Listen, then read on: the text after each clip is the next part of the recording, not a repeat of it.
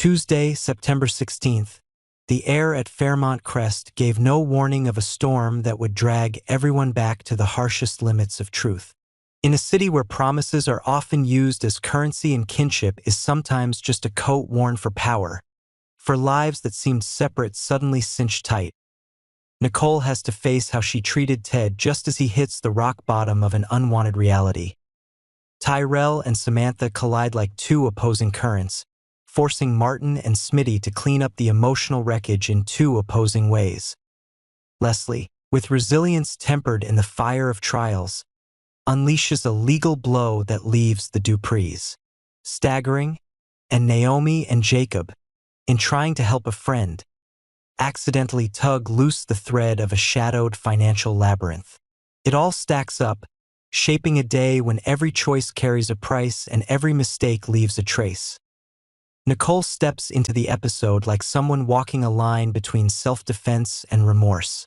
She argues with herself over how she treated Ted, those cold remarks to keep the upper hand, those decisions made when pride sat a half step above compassion. All this time, Nicole had believed toughness was the armor that kept her alive in a maze of suspicion and deceit. But as she retraces that short yet heavy stretch of road, she starts to wonder if the armor was merely an excuse not to admit her fear of being hurt. The gnawing restlessness makes her review every small detail. An unanswered text, an abandoned dinner, the times she dodged his eyes. The more she turns the memories over, the sharper they become, like broken glass. Nicole realizes the most frightening thing isn't that Ted might leave, but that she may have pushed him to that brink with her own two hands. Her interior debate is not an attempt at exoneration. It is a quiet battle to salvage what remains before it turns to ash. Will Nicole be brave enough to face Ted and confess her faults, or will she keep hiding her feelings to protect her pride? On the other side, Ted is forced to confront an unwanted reality, a dry, unyielding present with no cracks for daydreams to slip through. The decisions of past days, sometimes impulsive, sometimes propelled by the urge to prove himself, have hardened into legal, financial, and moral knots that make him sit down and turn the pages of files as if he were reading the indictment of his own life. There is no effective leverage left except honesty with himself. Ted realizes he conflated control with safety and traded trust for a hollow kind of power. In that instant, his entire defense strategy, once seemingly sophisticated, shrinks into pettiness. Unwanted reality isn't just cold numbers or rigid clauses. It's a mirror reflecting a man who wanted to be a pillar but became a wall instead, inadvertently blocking both light and warmth. For the first time in a long time, Ted chooses silence.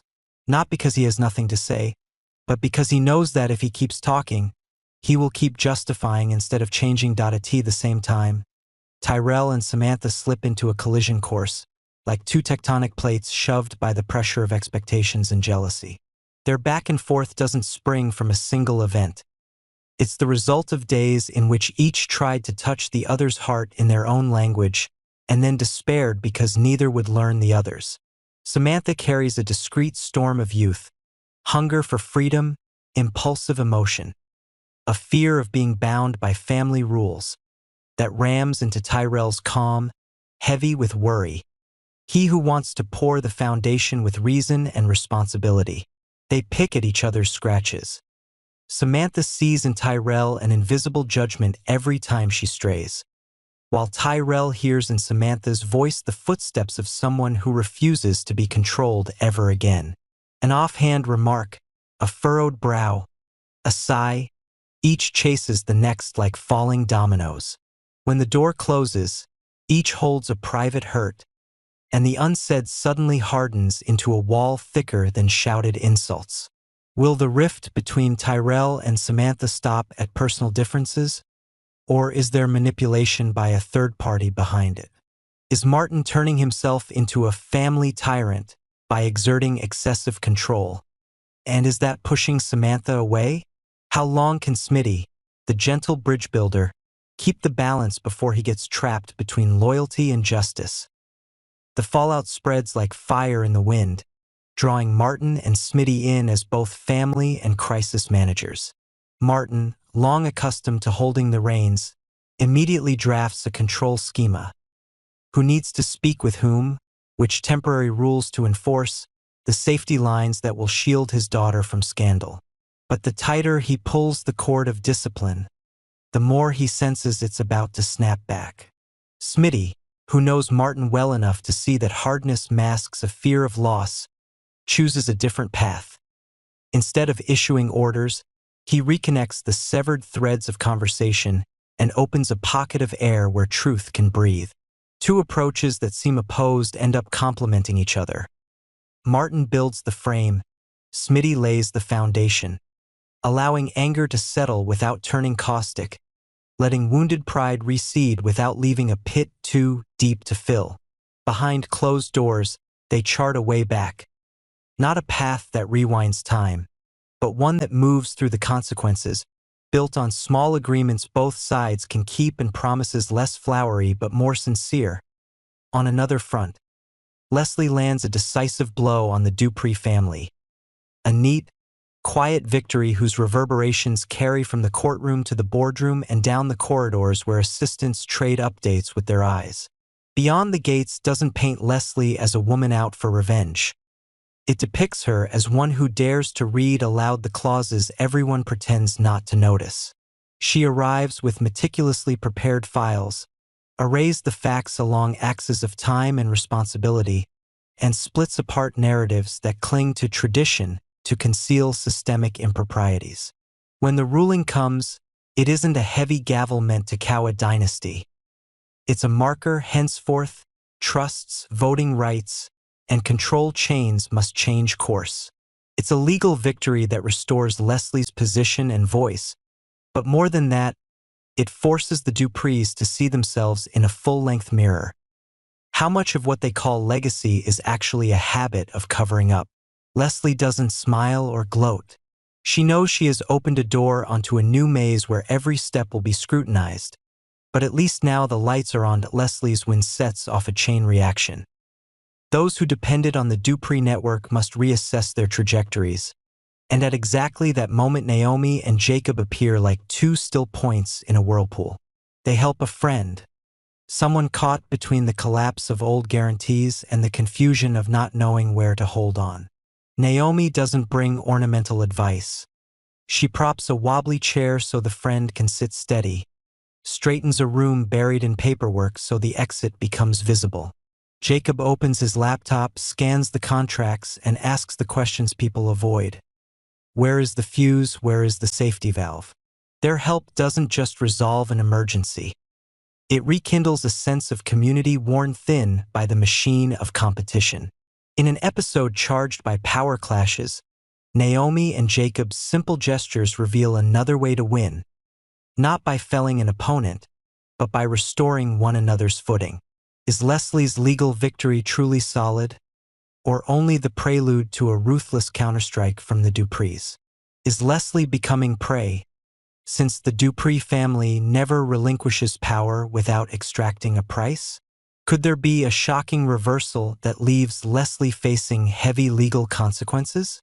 But Beyond the Gates has never been a place where stories stand apart. Threads that seemed disconnected begin to weave together into the episode's hidden tapestry.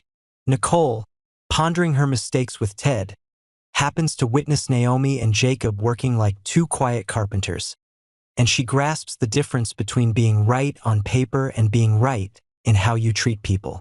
Ted, as he signs documents binding himself to accountability, hears about Leslie's victory and sighs. So courage isn't the ability to shout in a boardroom, but the willingness to stand in the light.